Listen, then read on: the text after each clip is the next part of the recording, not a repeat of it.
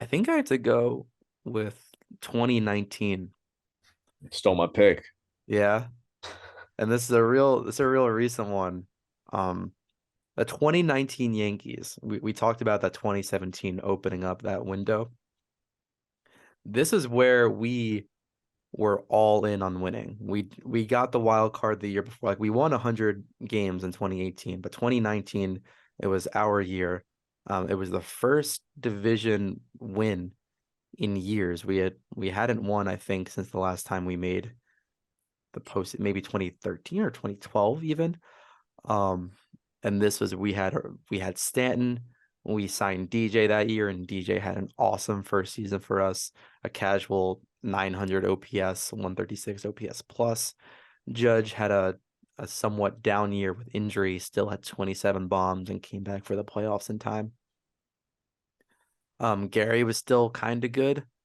He was still very good, honestly. We had Mike Talkman, the legend, was our left fielder throughout the year. Gio Urshela came up after the Andujar injury, and he was a revelation. This was a really good team. We won the division 103 games, had solid pitching from Tanaka, from Domingo Herman, from Paxton. It was the last season of CC. Um, and ultimately, this comes down to that ALCS having one of my favorite moments in recent Yankees memory, and also my least favorite moment in recent Yankees memory. I was in college. I was at a formal during Game 6 of the ALCS, and in the ninth inning, me and all the sports fans are watching the top of the ninth as the Astros are up, and we see little old, or not so little, but lanky old DJ LeMahieu come up to the plate and just find that pesky right field porch and in Houston. Um, I jumped up on top of the bar. Uh, I bought drinks for people. I was giving people hugs I had never spoken to. Um, it was the best, like, holy shit moment of my Yankees life, I think. Because it was against the big bad man. It was against the Houston Astros, and we didn't even know about them cheating yet. And then the next inning, I was watching coming out of the bar, and I see, and I'm kind of glad I stopped watching. I see Chapman just hang a cement mixer. Altuve makes contact, and I just turn around and leave. And I didn't watch the end of that game, but that team, it felt like we were back to the Yankees. We won the division. We went pole to pole. We weren't really challenged that much. It was complete. We had injuries like Judge, our best player, was down. Mike Talkman performed. Cam Maben, even Clint Frazier had a decent year.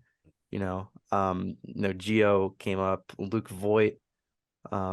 It felt like we were back to our ways, and the Astros just said, "Nope, this is our window." That was a very fun team to watch. That was what DJ had an MVP like season that year. I mean, where did he finish in the MVP race? I believe it had to be in the top three, if I'm not That was mistaken. his third, maybe. I think he was third 2 years Yeah, ago. right. Yeah, Yeah, had an insane season. And to think, I believe that was DJ's first year with the Yankees. it was. Yeah. Yeah, he didn't have a role. Nobody knew what role he was going to play with this Yankee team. We just knew he was going to find playing time some way, somehow. He wasn't our starter. He wasn't even starting in game one of the season, if I'm not mistaken. Nope. So, a lot of surprises that year. You mentioned Gio. We came into that season with so many expectations from 2018, seeing Andujar and Glaber go crazy in their rookie years.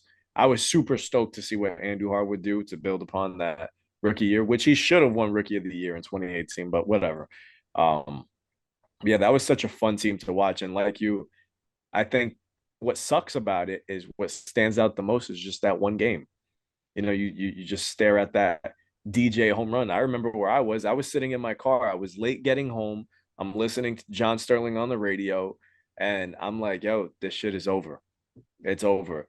And then when DJ goes yard, I'm going crazy. I'm honking my horn on the street. Hurry up, shut my car off, run inside. And I think Aaron Judge was up next right after DJ, right Yep. after DJ hit that home run. And I was like, we're going back to back. We're going back to back. It's happening. And it doesn't. But you end up going into the next inning with a little bit more confidence. But it's not even the Altuve home run that sticks with me. What hurts the most is what's imprinted in my mind is that Aroldis Chapman smile. That sticks with me. I can never get over it. And I'm happy he won't be a Yankee this year. But that's all I think about now when I see 2019. I think of that stupid ass smirk off of Aroldis Chapman's face. It just broke my heart that year, man. We should have had it. We should have had it. Wake up angry every morning thinking about that. I gotta say, I loved this team, but at the same time, I was frustrated at the trade deadline because they had a prime opportunity to trade for Justin Verlander. And what do you know? He goes to the Astros right before. That was 17. Oh, was it shit? Yeah, I was in LA. I was actually watching the deadline kind of unravel. And it just felt like it was Zach Greinke. Sorry. Yeah. I should for Greinke. Mm-hmm. But I was just sitting there waiting for them to make a big move because I really wasn't confident in the starting pitching. Because you had Tanaka still as your number one. And like I trust him in the playoffs, obviously, but at the same time, like you have Hap at number two, it just didn't feel quite right. So there were moves that could have been made, and they just decided to hold on to Clint Frazier and Andujar, and Andujar was justified at that point, but at the same time, it's just kind of clear that they prospect hugged a little bit too hard. Yeah, big time. And that could have been a very different series had they had maybe slightly better pitching. I mean, just the year before in 2018, I don't remember. I think it happened in the offseason where Houston traded for Garrett Cole. Obviously, the Yankees were always rumored to be in on Garrett Cole, but we were, like you said, we were hugging on to prospects. We weren't willing to get rid of a Clint Frazier or Andujar to get a guy like Cole. And now, granted, who knows if Cole would be the pitcher he is today without his time in Houston. Yeah.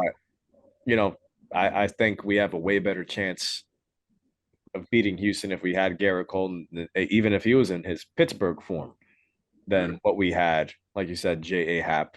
J.A. Happ was the one that gave up the bomb to Correa, and I think game 1 or game 2, out of the pen. So we should have had, but that's always been my problem with Cashman, is we never get the big fish when it comes to pitching. And at the All-Star break, we need the pitching, and obviously that showed its ugly head. We need a reliable 1-2 punch. Yeah. I think this team also was kind of emblematic of the few years afterwards, where I think 2017 almost did damage to the decision-making process for the Yankees because they're like, oh, we can get cute.